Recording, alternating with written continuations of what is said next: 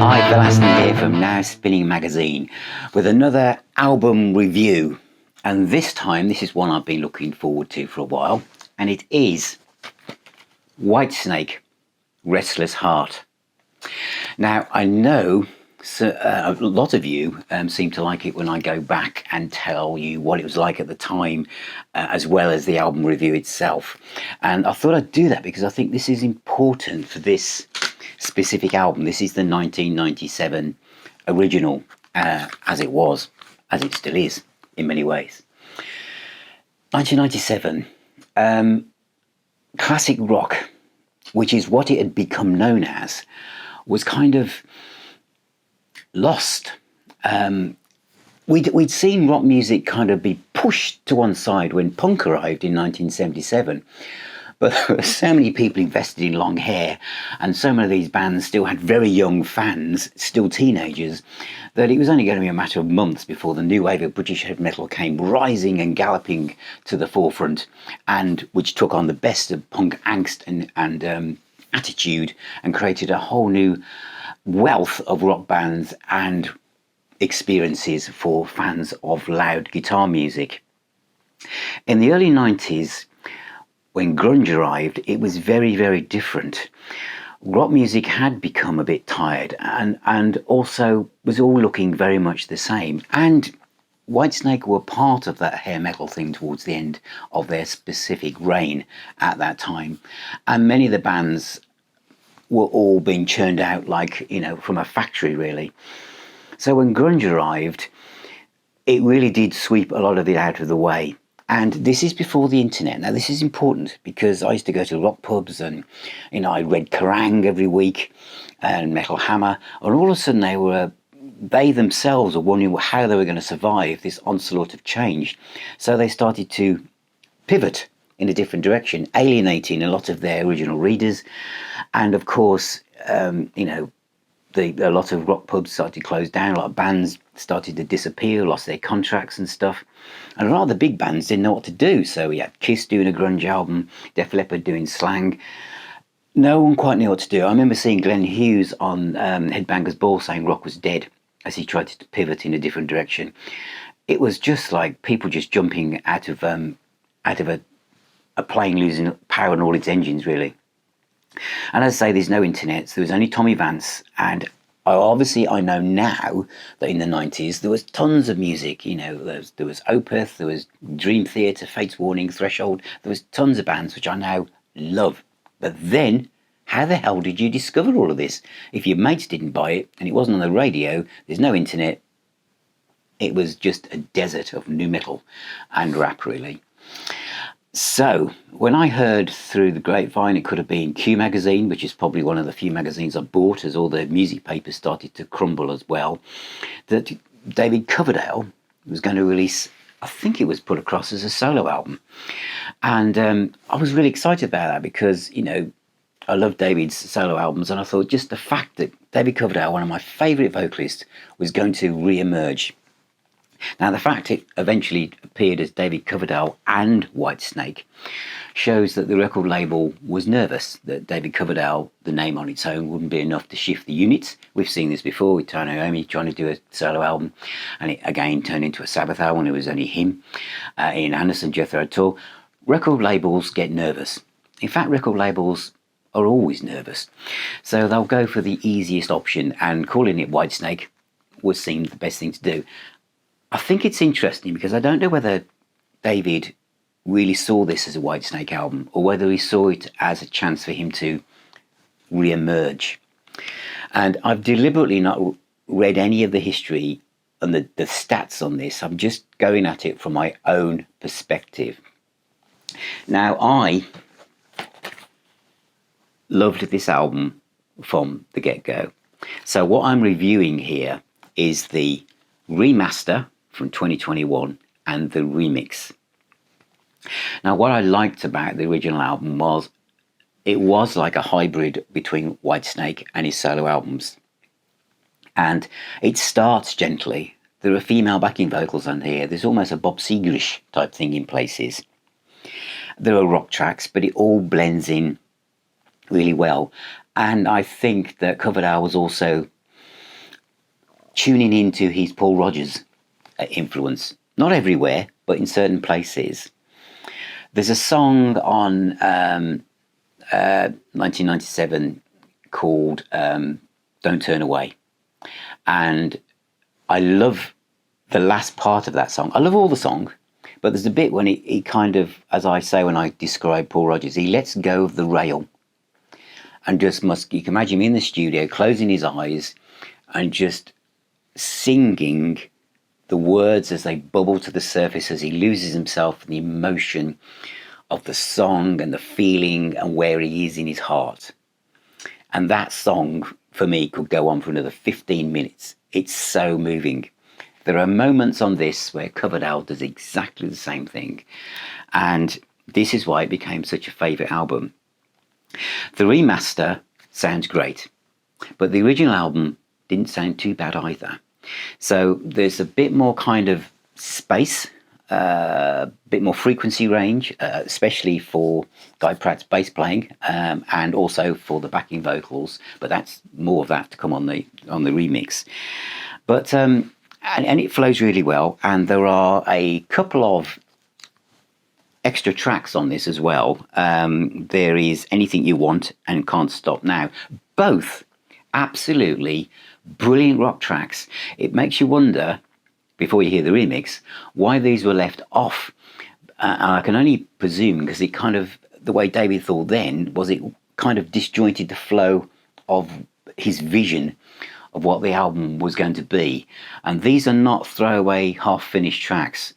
These are serious Whitesnake tracks, and they are more of a taster of what was going to appear once we got out of the 90s in many, many ways.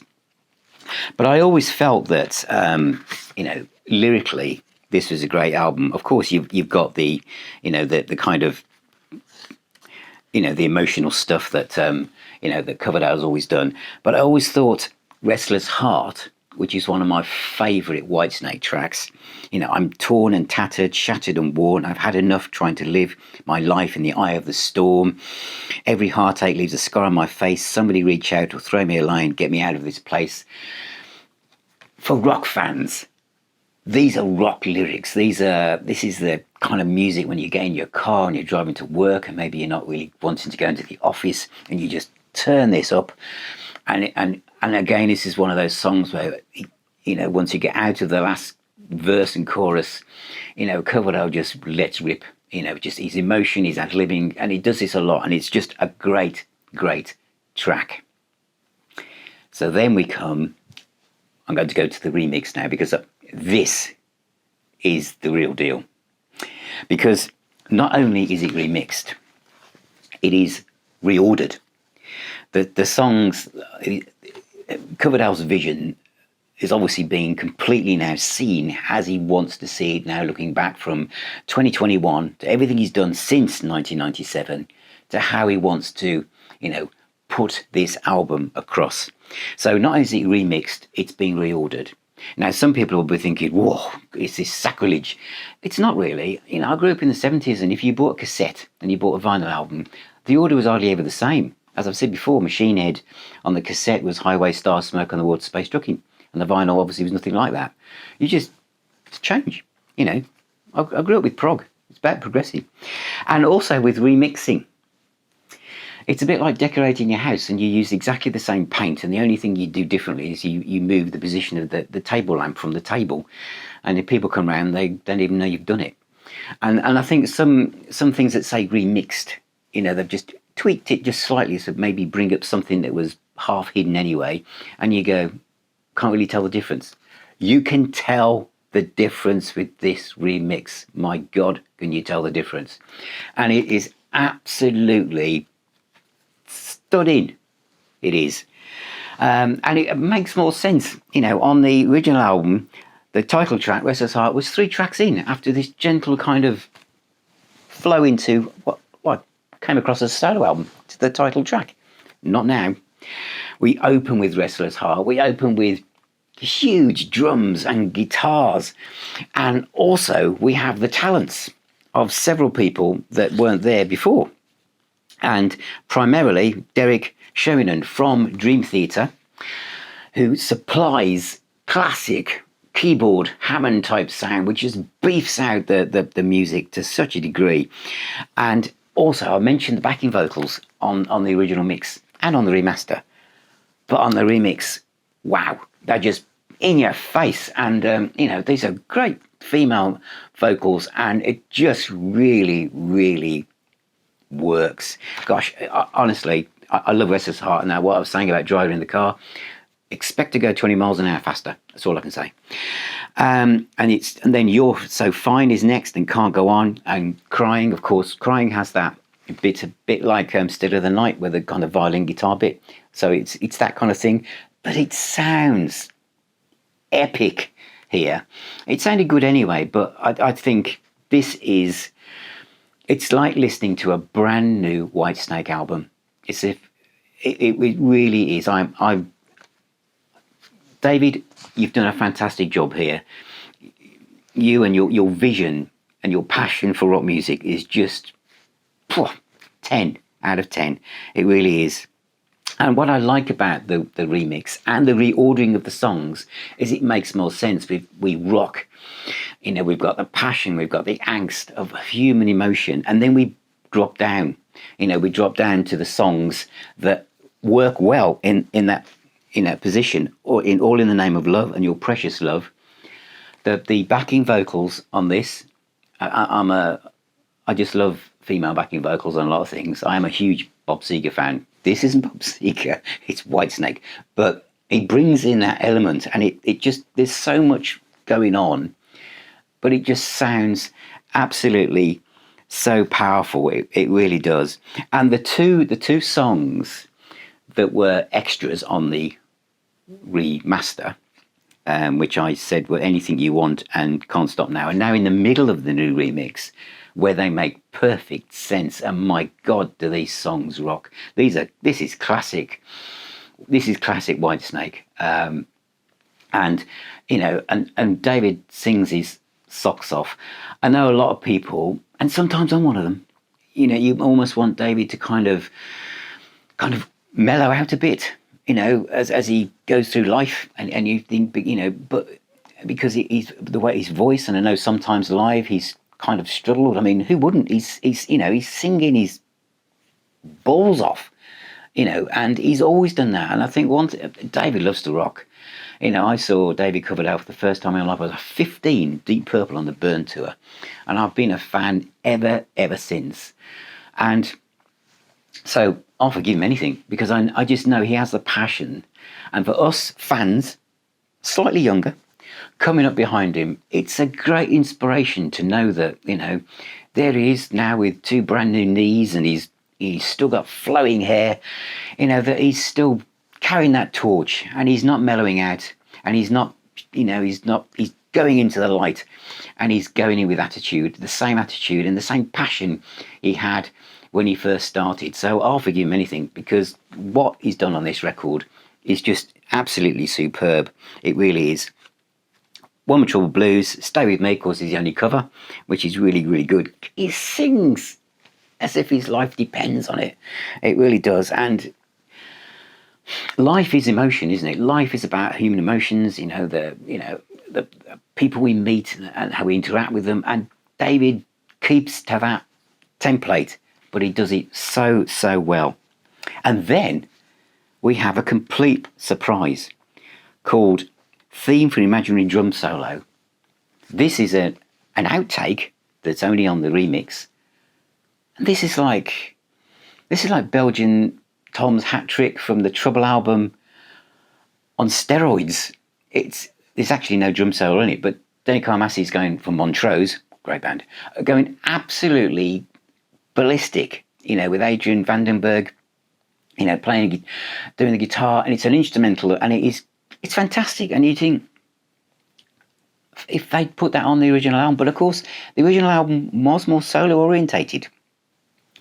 orientated, and you can see that when he was pacing it out, it probably didn't quite fit in. But now, with this new 2021 vision of this album, fits right in, like it was meant to be there, like the album emerged, evolved from this. Maybe it started as a jam, so they just got to know each other. Who knows? But it works. It works fantastically well. And then it ends with Don't Fade Away, which ironically is the song that the original album opened up with. And this works. This just brings you down from like the onslaught of a great rock album with one of rock's greatest vocalists. Now this is a Whitesnake album, and it gently rolls down into Coming Into Land on the track that makes more sense here than it did at the beginning.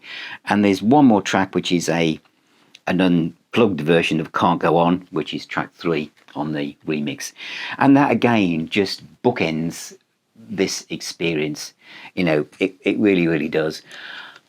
I've gone for the 2-disc set, which comes with a little booklet with all the lyrics on.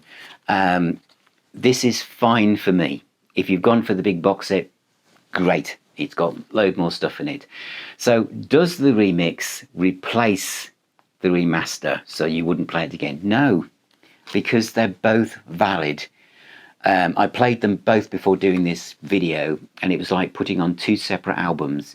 They both conjure up different emotions and a different kind of emotional response from the listener. But the remix is fantastic, and it does make me think that, because some of you will be watching this going, oh, remixing, I've already bought it. It's just another way of trying to make you buy the same records over and over again.